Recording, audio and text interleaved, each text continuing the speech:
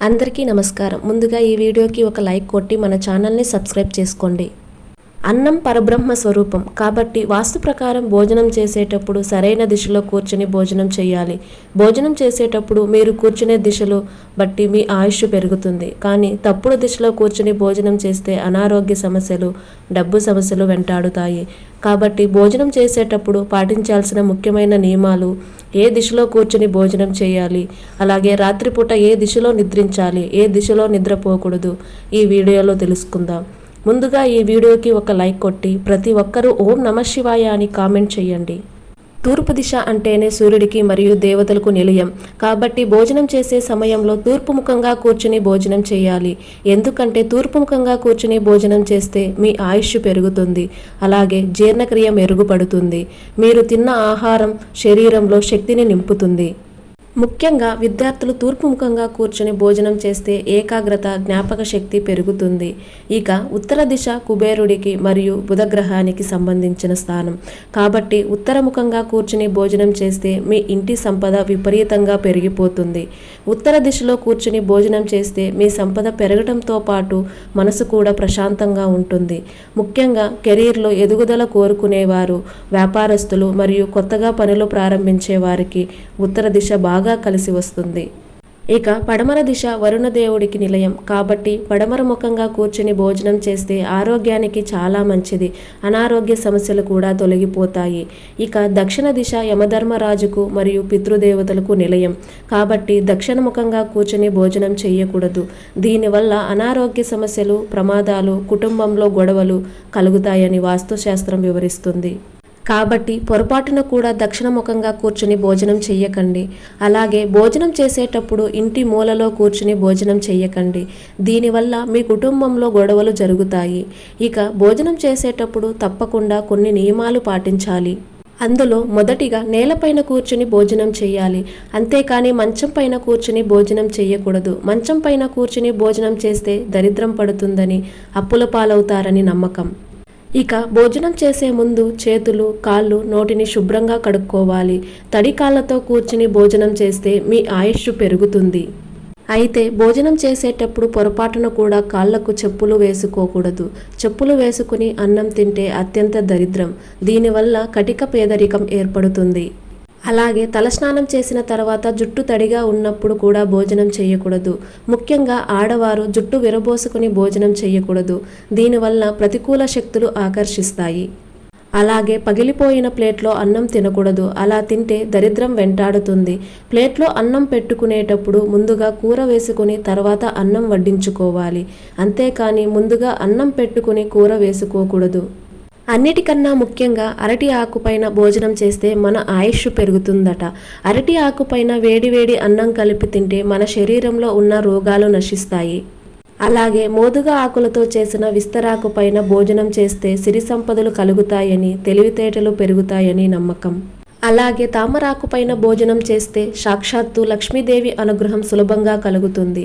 ఇక మనలో చాలామంది భోజనం చేసిన తర్వాత ఎంగిలి కంచంలోనే చేతులు కడుక్కుంటారు. ఇది చాలా పెద్ద తప్పు. ఎండిన పళ్ళెంలో చేతులు కడుక్కుంటే మీ ఇంట్లో ఉన్న లక్ష్మీదేవి వెంటనే బయటకు వెళ్ళిపోతుంది. అలాగే సాయంత్రం సూర్యుడు అస్తమించిన తర్వాత భోజనం చేయకూడదు. సంధ్యా సమయంలో భోజనం చేస్తే రోగాల పాలవుతారని, అనారోగ్య సమస్యలు పెరిగిపోతాయని నమ్మకం. అలాగే అర్ధరాత్రి సమయంలో అన్నం తినకూడదు. చీకటిలో కూర్చుని అన్నం తింటే రాక్షస గుణం పెరుగుతుందని, ఆయుష్ తగ్గిపోతుందని పండితులు సూచిస్తున్నారు. అలాగే భోజనం చేసేటప్పుడు ఎవరితోనూ మాట్లాడకూడదు. దీనివల్ల ప్రాణశక్తి ఆహారంతో పాటు శరీరం అంతా వ్యాపించి శరీరంలో రోగాలు కాకుండా ఉంటాయి. ముఖ్యంగా మొదటి 5 ముద్దలు తినేటప్పుడు ఎవరితోనూ మాట్లాడకుండా తింటే పంచప్రాణాలు తృప్తి చెందుతాయట. కాబట్టి అన్నం తినేటప్పుడు ఎవరితోనూ మాట్లాడకండి. అలాగే ఏడుస్తూ భోజనం చేయడం లేదా కోపంతో భోజనం చేస్తే మీరు తిన్న ఆహారం విషంలాగా పనిచేసి తీవ్రమైన అనారోగ్య సమస్యలను తెచ్చిపెడుతుంది. అన్నపూర్ణాదేవి స్వరూపమైన అన్నాన్ని వృధా చేయకూడదు. ఆహారాన్ని వృధా చేస్తే ధనధాన్యాలకు కొరత ఏర్పడుతుంది. ఇక ఈ రోజుల్లో చాలామంది స్పూన్తో అన్నం తింటున్నారు. చేత్తో అన్నం తింటేనే ఆరోగ్యానికి మంచిది. చేత్తో తినడం వల్ల వేళ్ల చివర ఉన్న శక్తి జీర్ణక్రియను ప్రేరేపిస్తుంది. భోజనం చేసేటప్పుడు మీ ఇంట్లో అతిథులు ఉంటే ముందుగా అతిథులకు భోజనం వడ్డించి తర్వాతే ఇంట్లో వారు తినాలి. అలా తింటే గొప్ప పుణ్యం కలుగుతుంది. ఇక ఒకరు తిని వదిలేసిన అన్నాన్ని మరొకరు తినకూడదు. అలా తింటే వారిలో ఉన్న ప్రతికూల గుణాలన్నీ మీ శరీరంలోకి చేరుతాయి.